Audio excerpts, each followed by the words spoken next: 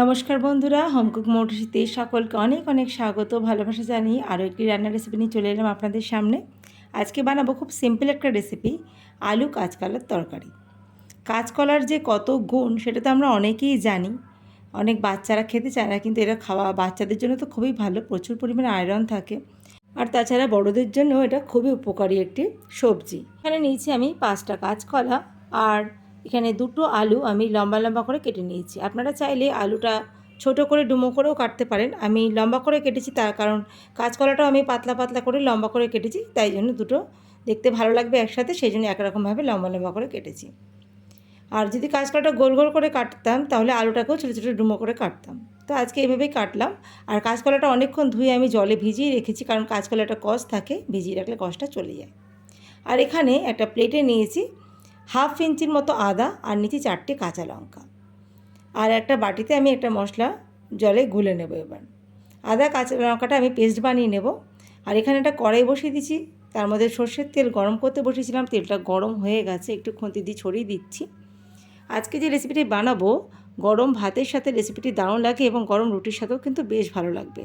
নিরামিষ দিনে কি তরকারি করবেন ভেবে পাচ্ছেন না, একঘেয়ে সবজি ভালো লাগে না, তখন এই কাঁচকলা আলুর নিরামিষ তরকারিটা করে দেখবেন, খুব ভালো লাগবে। আমি 1 চা চামচ গোটা জিরে ফোড়ন দিয়ে দিলাম। তেলটা গরম হয়ে গেছে, গোটা জিরেটা একটু ভাজা ভাজা হয়ে গেলে দিয়ে দিলাম 2টো ছোটো সাইজের তেজপাতা। এবার আমি দিয়ে দেবো আগে থেকে কেটে ধুয়ে রাখা আলুর টুকরোগুলো। আলুগুলো এবার খুব সুন্দর করে ভেজে নেব, লাল লাল করে। মিডিয়াম টু হাই ফ্লেমে আমি আলুগুলো ভেজে নেব। রেসিপিটি এত সহজ আর এত তাড়াতাড়ি হয়ে যায় যে কেউ ঝটপট এটা বানিয়ে নিতে পারে।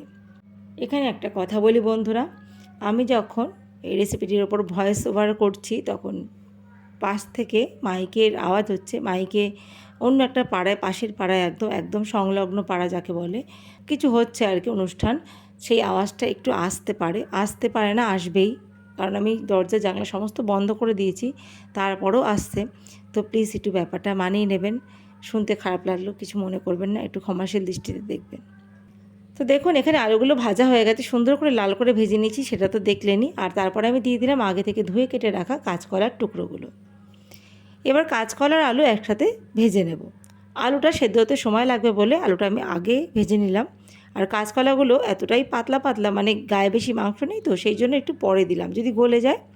এরপর আমি দিয়ে দিলাম স্বাদ মতো নুনটা দিয়ে ভালোভাবে আমি সব কিছু আবারও মিশিয়ে নেব।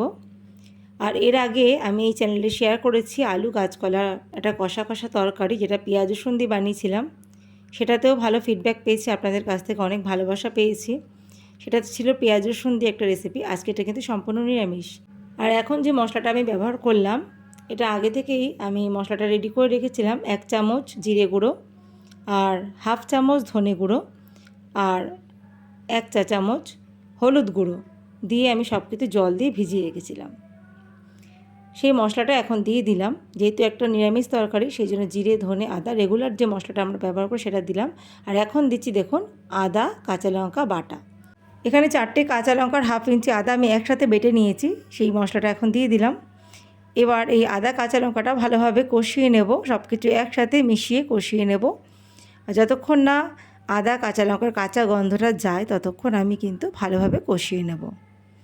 এই নিরামিষ রান্না বা যে কোনো আমিষ রান্না ভালোভাবে কষালে রান্নার স্বাদ কিন্তু অনেকটাই ভালো আসে। আর যেহেতু খুব বেশি তেলে রান্নাটা করছি না, একটু ভালোভাবে কষাতে হবে। দিয়ে দিলাম কাশ্মীরি লঙ্কার গুঁড়ো। এটা কিন্তু অপশনাল, এটা শুধু আমি দিচ্ছি দেখতে ভালো লাগবে, রঙটা সুন্দর হবে সেই জন্য।